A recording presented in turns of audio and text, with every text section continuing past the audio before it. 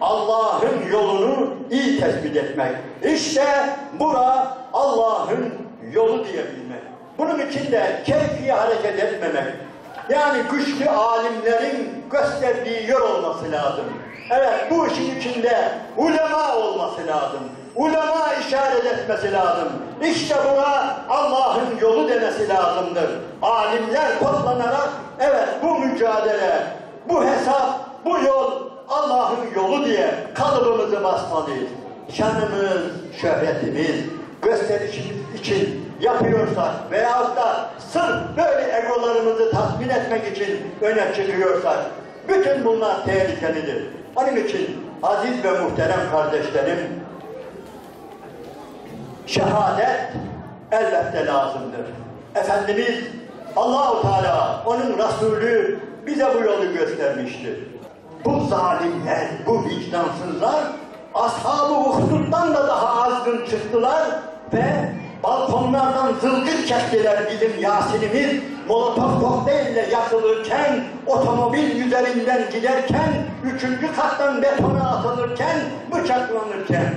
Yani sizi üzmek için söylemiyorum ama var mı içinde? Yani sadece bizim grubumuzdan olduğu için, bizimle beraber olduğu için değil. O Yasin hemen birkaç gün önce, Allah rahmet eylesin, sarıldım, kucaklaştım, bir düğünde geldi, tanıştık, zaten tanıyordum, bir daha tanışmışlığımızı pekiştirmiştim. Hepsini de, Hasan'ı da çok iyi bilirdim, Turan'ı da çok iyi bilirdim, Riyad'ı da bilirdim, hepsini de bilirdim. Ve dikkat edin, gerçekten şöyle düşünün, sadece bizimle beraber oldukları için değil.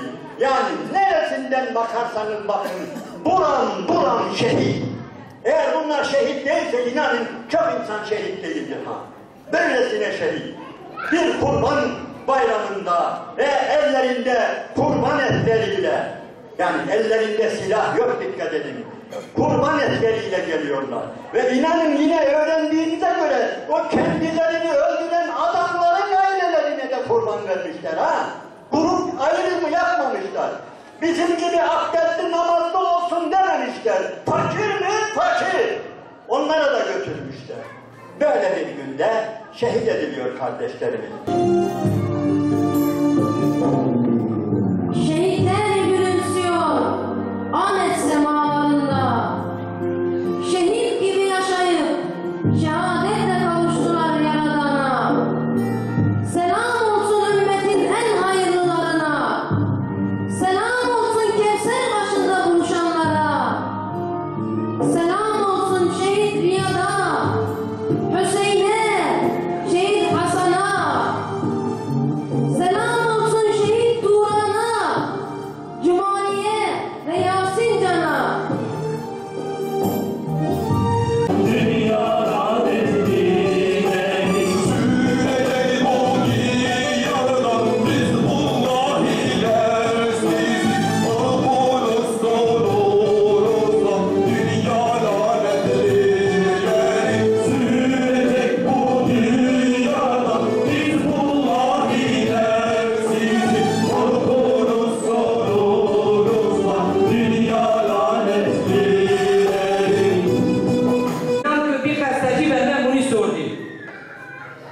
Dedi bu çözüm süreci nasıl olacak? Dedi bu çözüm süreci bizim Numan Kurtulmuş gelmiş Diyarbakır'da AK Parti milletvekili hatta başbakan için gelmiş o kızlarla, o uyuşturucularla, o hava köşelerinde oturanlarla diyor bizim çözüm süreci biz yapacağız. Ya ben dedim, ben televizyonda gazeteciye de söyledim, dedim gelsin yanıma ben ona akıl veririm. Ben 42 senedir ben Diyarbakır'da kim ne olduğunu biliyorum. Bir de dedim Hüdapar bu işin içinde olmasa bu iş hayatta olmaz. Bir de Müslüman ve alimler cemiyeti bu işin içinde olmasa, çünkü buna sözünden duyuyorlar.